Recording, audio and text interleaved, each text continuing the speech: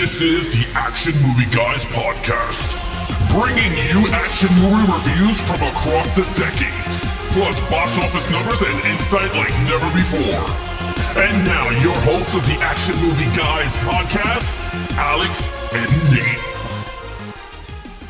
What's up, everyone? Welcome to episode number 252 of the Action Movie Guys podcast. I'm your host, Nate, as my co-host, Alex Figueroa. And on this episode, we are wrapping up sequels month. So we've been watching some sequels from some movies that we watched sometimes like years ago, and some of them a little more recent. And we're wrapping this up with a little movie called Kill Bill Volume 2 from 2004, directed by Quentin Tarantino, of course, which we haven't done a lot of. He's not an action movie director, really. These two and Django, I think, are the only ones we've done on this podcast. Yeah. So we're wrapping it up with this now. Alex, I know you have seen this movie. I think you've only ever seen it once, and it was right after the first one, right? Yeah, once after episode 24, you were like, oh, we're never going to do whatever. So I was like, all right, let me just watch the second one. I put it on, I watched it, but that's the last time I seen it. Yeah, so this is the second time me watching it. Okay, so truth be told, I haven't seen this movie in quite a while. I have seen one more times than two. I'm not saying I don't like to. It just worked out that way, sort of. I feel like I saw one in the theater when it came out. I saw it on DVD more when it came out.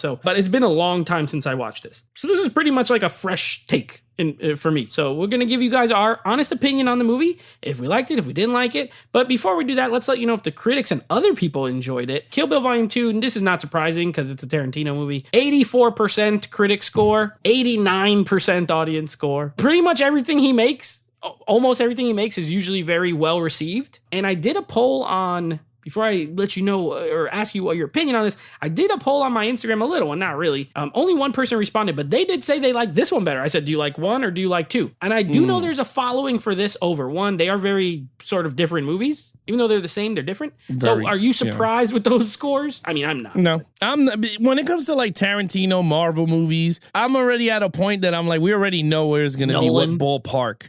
Yeah, it's pretty much, you already know. So like, I'm not shocked by it. But I mean, I'm really intrigued to see what you what we think about it, because honestly, it's gonna be a very different discussion than what we had before. We've never discussed this movie. Even after we did the first movie, we didn't talk about two. Like, you watched it, but we didn't really talk about it. So I'm interested to get your take as well. So we're gonna jump right in this movie. Of course, our lead character, once again, Beatrix Kiddo, played by Uma Thurman, and this time this is the one where they actually say her name, which they never said in the first one. She was just the bride. Yeah. What did you think? So I thought, what did I give it? I gave it a 5. I thought she was really good in the movie. The character was very well written. Quentin Tarantino, I mean, he did write this, right? Oh, yeah. He writes all his movies. So he wrote and directs all his movies. Correct. Okay, so one thing he does very well is writing. I think he's a great writer for film. My problem is that I'm not into his style of writing, if it makes sense. Like, I'm not into his style. So like, a lot of his movies is just not for me, but some of them are, because some of them have that element of action and drama or storyline. Like this, the Kill Bill, I enjoyed, but part one I liked. This one was very different from one. That's what I want to talk about. But her character was the same, did get upgraded a little bit, told more of her backstory, told more where her fighting come from, why she's the best, assassin and all this in the world. And I liked it. I was like, wow, this is pretty good. Uma Thurman, I'm not a big Uma Thurman fan. I do like her as Poison Ivy, but that's like pretty much it. Like, I've seen her in, like, I don't see her much in movies. Like, I don't watch movies with Uma Thurman as much, more than her husband, Ethan Hawke. Like, I've seen a lot of Ethan Hawke movies, but not much as Uma Thurman. But I gotta say, she's a hell of a, if it is her, but she's a hell of a fighter. I mean, stunt. Like, she did her stunts. You could see. She did some. Zoe Bell, of course, was she's the stunt woman who did the real hardcore, like, getting flung through the walls and stuff like that. Right. Was Zoe Bell. Yeah. Well, that's what she did. I mean, she looked very well when she was. Though. Yeah. Yeah, I thought she did very well, and she looked natural at it. Some females don't. Like, but I liked her. I thought the character is very well written, and I thought she was great. So I gave her a 5. I gave her a 5 too. I think this is a great character. And the funny thing is, you're right. Somehow in the second movie, she got more backstory than in the first movie. Yeah. Because, the first movie opens with her getting shot, like, at the wedding. Then she's in the coma. She gets out of it. She goes on her revenge journey. That's pretty much it. I feel like one is a more straightforward, simple kind of story. This one, you get the wedding stuff before she gets shot. why she was there, how she got to that place, how she was pregnant, why she was pregnant. And then you also get the dynamic of, you get the background of her training, like you mentioned, with Pai Mei, which I love all those scenes. But, you get the training. And then you get the daughter stuff at the end, where it's like, oh my God, he catches her totally off guard. She shows up. She doesn't know he has the daughter. As far as she knows, she's dead. And seeing her and all that, it adds a layer to her. I think you're right. I do know that, and it's kind of in the credits, but Uma Thurman and Quentin Tarantino came up with the character together, and then he wrote the whole script. So you could tell, though, that he wrote it for her. She's the only one who could play it, and she absolutely nailed it. I thought her performance was great. I thought the character was great. I'm on the journey with her. I'm rooting for her, which is, something you want when you're watching any movie, really. But so, yeah, I agree with you. I gave her a 5. I think she's great. All right, now, villain. Now, there's, of course, similar to the first one, there's a couple. You get the other two of the Deadly Viper, and then Bill is ultimately the final kind of bad guy that she's going after the whole time. I know Bill is the main dude. Yeah. So when it comes, I did it all because she fought a lot of other people and they all knew her. So I was just like, it is. I gave it a 4. I thought they were great. I think the guy in the trailer, I thought he was cool. Then the girl with the patch, I thought she was actually really cool too. I thought she was beautiful. Daryl Hannah played the patch. Yeah, Daryl Hannah's the actress. Yeah, I think she was beautiful.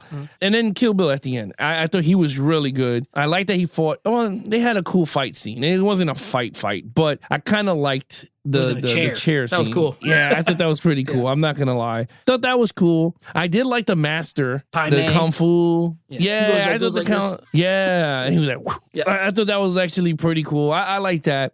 But in terms of villains, I thought they had the fight scenes like we say. Do they fight? Yeah. Bill didn't send nobody. He did everything his own. He knew he'd made a mistake. So in terms of like storyline, fighting wise, I thought it was a great job in terms of that. In terms of the villains and characters, it made sense. And I thought it progressed the storyline. So I thought it was pretty good. So I gave it a 4. I thought it was great. Yeah. You know what? I agree with you. I'm not going to give it a 5 because, like, to me, if Bill was in it way more, I would probably be at a 5 because I do think Bill's a great character. He is, every time David Carradine, I think, absolutely nails the performance. I love the way he talks, He talks in these like long kind of stories, and his voice, it's great. But he's like sadistic, and he admits it. I'm a jerk. I'm a bad guy. I kill people. I'm not this, I'm not that. I love the scene when they're at the end with him, and they're there, and he's like making the sandwich, and he's talking about how she killed the fish, and he's basically like, look, even she killed, and she has to learn about life and death. Like he is just like doesn't play games, Bill. So I like Bill. I think he's great, but he really only shows up at the end, and then earlier when he's at the church, which is that happens from the first movie. Elle, that's the Daryl Hannah's character. They have the fight. They have like the fight of the movie. So I thought she was cool. She was in the first movie too. She was the nurse that does that whistle, that song that she's like whistling. And then Bud, I think, is the other guy. That's Michael Madsen. Bud's okay. I like the scene where he gets fired at the strip club. That scene makes me laugh every time when he's looking at the calendar. Oh, yeah. He's like, "Oh, you on the calendar?" No, he scribbles it out. He's like, "Is this your name?" Nope, this is where your name used to be. It cracks me up every single time. They were cool, but Bill, I think, is an excellent villain. You want her to get revenge on him. You do. So I think that's a success, but I can't give it a 5. He's not in it enough, and you're right, the fight is really short. Like, they're in chairs. It looks cool, but it's literally at 30 seconds, and then she hits him with the 5-point exploding heart technique, and then that's it, and he's gonna die. Yeah. So I agree with you. I gave him a 4. This is what I want to know, because this is a weird movie. What did you give the action? Okay, in terms of, it's not much action in this movie. There's a lot of yapping across this whole damn movie. But what I'm going to do, I hate to do like the whole quantity versus quality, but this time I think quality is going to win over. Okay. Quentin Tarantino does a hell of a job with the camera work in terms of fighting. Mm-hmm. And if he's imitating like the old school martial art movies, I got to say he did a great job. I gave it a 5. Wow. Because I think the fight between her and the eye patch lady, it's a very great fight sequence in that trailer. Mm-hmm. I was like, it's pretty cool. But every time Uma Thurman did her fight scenes, it felt natural to the story. It didn't feel forced, like I'm going to just throw an action movie just to throw an action scene in there. And I felt like it worked very well for this story. I thought the amount I thought it was great. And I'm not going to base it on like, there's so many. No, I think the quality of how he picked selective where we're gonna put it, I think worked very well. So with that, I gave it a 5. I thought it was a perfect amount for me. You're gonna make me be the bad guy here, and I didn't see this coming. To be honest, I gave it a 3. Wow. Now, here's where I will agree with you. The trailer fight is absolutely perfect. It's a perfect fight scene. I love it. It's brutal. They're slamming each other through the walls. They're kicking and punching each other. They're busting each other up. I love the shot of when she puts her face in the toilet and he shoots it from the toilet and then she flushes it so she can breathe. The whole thing. She took the eye. She went. Yeah. I even love the setup when they have the swords and they get in that pose. And then I wish they did more with the swords. They just pretty much hit them and then they're stuck there. And then she just rips her eye out. It is a perfect fight scene. The problem is it's the only fight scene in this whole movie. There's one. Other than that, you get some training where they're just doing this. They're just doing like forms. It looks cool, but it's not really action. And then she gets shot by a shotgun and they do the chair fight at the end. That's 30 seconds. So I will be the bad guy here. I think one perfect fight scene and almost nothing else. I got to give it a 3. I gave it a 3. Now, if there was literally, I'm not even lying to you. If there was a second fight scene that was more than 10 seconds, I would probably be on your side. There's no 4 here. It was either going to be this 3 or a 5. But there's just like you said, this movie is dialogue heavy. I'm okay with it. I love the movie. I just gave the action a 3. So you gave it a 5. And I understand where you're coming from. I gave it a 3 and let the chips fall where they may. So I'm going to get a hate mail now, but whatever. I don't care about it. Okay, but storyline. Okay, this is where I'm going to be the best guy. This is where we go. Okay, this is where the fans of Quentin Tarantino they're going to come for you. The mob. They're going to come for me with pitchforks and everything. I gave it a 3. I thought it was good, but let me just tell you, it's some boring ass scenes in this freaking movie. I ain't lying. I literally was like, this movie throughout certain scenes. I was like, this shit is boring. I was like, this is very, very dialogue. Like, if you're not into dialogue, like, you're going to have problems with this movie because you're going to be like, yo, can you just hurry up and get to where we need to go? This movie just was, it's such a mixed bag for me because there's certain parts I did like a lot and I was heavy invested in. Then there was other parts that I was like, man, this shit is boring. Like, I was like, I don't feel like I'm connecting with this type of film. I'm not saying it's worse than the first movie because I like the first movie. I think it's a way better movie than the second one because they had more action and it gave you a less story but more action, where this was less action, more story. So it's like they flopped the formats. Yeah, for real, but honestly. Yeah, that's what they did. So for me, it didn't work for me as much. So I was just like, oh, damn. But I thought it was good. It was just that I'm not going to slap it a 2 for a decent. I thought it was a good storyline. But for me, it was just way too much dialogue that I didn't even care for as much. But I gave it a 3. Oh, we're going to flip. Now we're going to hit the old flippity-doo. So they're coming for me with the action, maybe. Now they're coming for you with the story. That being said, I didn't give it a 5 either. I gave it a 4, though. I do think it's really good. The thing is, I love words and language and dialogue. Yeah. So, like, Tarantino's writing it really works for me a lot. The reason I gave it a 4, this might be weird, but I don't care. The reason I gave it a 4 is this is one of those occasions where this movie, there's volume 1, there's volume 2. Now, of course, as far as I know, it's one story that he split into 2. And, you get a lot of these movies, like you think of Harry Potter, right? Like the Deathly Hallows, part 1, part 2, or I don't know, Twilight, part 1, part 2. Those don't feel like part 1s and part 2s, right? They feel like one of them usually really sucks and then the other one feels rushed. This is probably one of the only times that I could think of where this feels like a part 1 and part 2 of a same story. And because of that, it feels like it's broken because it's not all in one thing. And that's why I gave it a 4. If this was one, and I know it's long, but if this was like 1 4-hour movie, it would be a 5 for me. But because it's a half and half, you know what I mean? Like, this movie starts at the middle of a story. It works. It still works. And if you watch them back to back, then it works. But we're just breaking down this one by itself. So I gave it a 4. I do think the writing's great. I think it's strong. But you're right. There are a lot of parts that seem unnecessary. Like, even though I love that part at the strip club because I think it's funny, did you really need it? No. could have been cut. There's a few times like that where scenes could have been cut altogether or shortened. I love the training montage though. Leave that in there. The Bill stuff's great. The fight scene's great, but there's just moments The scene with Bill going to his brother asking for the sword was useless because he had it in his closet. It could have been cut. Honestly, like it didn't really need to be there. I love the wedding scene where they show what happened before they get shot. That was necessary. But even like the bookends, sort of, when she's like driving in the car talking, and at the end she's like driving in the car. Like there's a few parts that I was like, whatever. But I do agree with you in terms of the way the movie was shot, because when you said it and you was naming these movies, you're right. But one movie you forgot that did it very well was The Lord of the Rings. Felt like they all connected. Like they did feel like one big story. Yeah, like three parts, but I feel like they all worked as individuals more than Kill Bill works as individuals. Like they really needed to be one. Yeah. You know what I mean? Yeah, you're right. Yeah, they really needed to be one. Just like the Deathly Hallows. Justice League? That should have been one movie, but instead they want to stretch out this. The first one's so boring, and then the second one moves at 1,000,000 miles an hour. This doesn't suffer from that. But it feels like one big story, and because it's, so you think this one should have got the Zack Snyder Justice League treatment? Oh, 100%. Like if they ever released that whole bloody affair version that's supposed to come out, I would buy it in a heartbeat, and I think it would be amazing. So yes,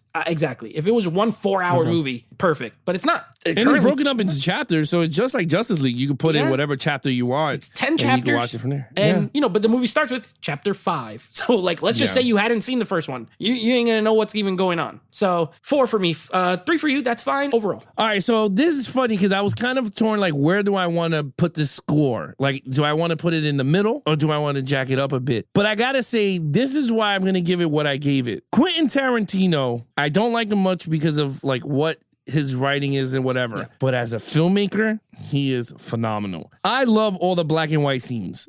I thought they worked very well. The beginning, when she's in the casket, is black and white. Certain other scenes, I forgot that she was in black and white. The wedding is in black and white. The casket scene starts off in black and white. Yeah, like I love the way he utilizes certain techniques to make you feel like, wow, this is actually pretty cool. When it went from widescreen to 8:16 or whatever it is, like that small vintage old looking camera shot when she was getting dragged into the casket, or it was the other way around. But anyway, when they pulled her out of something, that looked great. I was like, wow, this is pretty cool. And then the fighting felt like martial arts movies and utilized it with modern techniques of filmmaking. Like, I thought it all worked very well. So, like, I gave it a 4. I know the storyline, I gave it a 3 or whatever, but I think with a blend of everything, I think Kill Bill 1 is a way better movie for me. Like, if they came out with both on 4K, I would buy more because I'm a completist. Like, I have to buy both. But, like, if I had to choose one or the other, watch more. One would be the one that I would pop on and be like, yeah, this is awesome. But other than that, I think it's a great film, so I gave it a 4.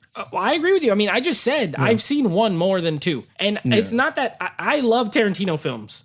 Pretty much all of them. But one is Kill Bill Volume 1 is probably his most sort of accessible, easy to digest movie. In that it has dialogue, but it's not crazy heavy on it. And there's a lot of action and violence. And I know exactly what you're saying. You don't love his writing per se, but you do love his directing style and everything. And I agree. He knows how to do every single thing. He really does. He knows how to shoot 2 people talking in a room and make it more interesting than anyone. He knows how to direct a fight scene amazingly. So I agree. I gave it a 4 too. I don't think this is a perfect movie. I like the movie a lot. I prefer 1 for the pacing and the action scenes, but I think 2 is... I think the reason, or some people like 2 better, is 2 feels more like a Quentin Tarantino movie because it's a lot of talking, it's a lot of flashback cutting, it's all over the place, it's told in like a different, non-linear and all this kind of stuff. 1 is sort of, but less so. So I think that's my 2 cents. I think that's why people either like one or the other. And also, it felt like a very noir type movie, right? Like when she's talking to the camera, she was like, well, I'm going to do this and whatever. Bill. Yeah, so like it got like a little old vintage noir thrown into like a market. Like it's a lot of, if you're into like old classic movies, you're into old, like it has everything in one. Again, it could work for some people, it could not work for others. But I mean, that's Tarantino. He grew up in a freaking video store, so he knows all these old movies. He's inspired by all this stuff. He throws it all in a blender and spits out movies. That being said, a couple things. I love the cast because not only is it a Tarantino cast, like you get the normal people like Michael Madsen, then you had talked about Daryl Hannah, Uma Thurman, David Carradine. You get Samuel L. Jackson never shows his face, but he's sitting at that piano talking with them at the church scene. And then you got, of course, Gordon Liu, if you don't know who he is, he's the guy who plays Pai Mei in this one. But he was from those old, like, Shaw Brothers, like 36 Chamber of Shaolin and all those old martial arts movies. He was also in Kill Bill 1 as the Crazy 88s with the mask. He's the bald one. So he plays... Oh, okay. Yeah, he plays two different people in each movie. Also, my favorite, Michael Parks. He plays the sheriff in the first movie who comes to the wedding, and he's all like... He was in From Dusk Till Dawn. Remember, he's the cop who's that guy. Okay. So he plays... And then in this movie, he plays the freaking Mexican pimp who she goes to find out where's Bill, and he's talking with the super thick accent. That's Michael Parks, and I think that scene is hilarious because of his accent. So he cast like a lot of people to play two roles in these movies, but it worked. I thought it was fun. So and I then gave you it a 4. then you had the guy from House of a Thousand Corpse. Oh yeah, Sid Haig. Sid Haig works at the strip club. Yeah. Larry Bishop was the dude who works at the strip club who scribbles out his name. Like, it's just a who's who of like B actors and C actors and then like real famous people. So that's a typical Tarantino cast. I love it. So I gave it a 4. You gave it a 4. What's your total? You know, it's funny. The person that I'm very shocked that never worked with him was Bruce Campbell. Because I could see him. They would be a match made in heaven. Yeah, I think he would fit that type of style of character for him. I mean, Bruce Campbell is a B movie. He's a B movie like legend. So you're right. Oh yeah, yeah. He's a major B character. The 21 out of a 25. I have a 20. So you actually scored 1 point higher than me. I probably liked it a little more than you overall, but yeah, the action. Yeah, the action was the separator pretty much. So 21 for you, 20 for me. Yeah, I think it's a great film. My recommendation: if you have never seen these movies, watch them like literally back to back. I think it works best as one big experience. Personally. But all right, Alex, we're done with sequels month. We got a new month. Now, I did some shuffling, just so you know, because I'm a schedule maker. So I just make things happen sometimes. And I don't tell you till we get here. But you know, I got the keys to the car and sometimes I got to make a left turn. So something happened with next month because we're not going to have one show because I'll be on vacation. So it's actually switched from a 5 movie month to a 4 movie month. And so I shuffled around the board because I thought this worked better. So not only is our new series going to be the James Bond film starring Sean Connery, which we're going to start with Dr. No, but we're also doing Spy Month. Now, this is one we just talked about a couple of months ago. Oh, that's a couple of weeks ago. I moved it up. So our first movie is going to be a little movie starring Brad Pitt, Robert Redford. It's called Spy Game, directed by Tony Scott, which we didn't get to do for our director spotlight. So we're going to do it now. But just so you guys know, the month will contain Spy Game, On Her Majesty's Secret Service. We're going to do a little spy comedy with some Get Smart. and we're going to do a little Marvel comic book spy movie with some Black Widow. So we got a little bit of everything for you. We got another Bond movie, a movie with spy in the name of it, and then a comedy and a Marvel film. So I think we got a nice little balanced mix. I like that.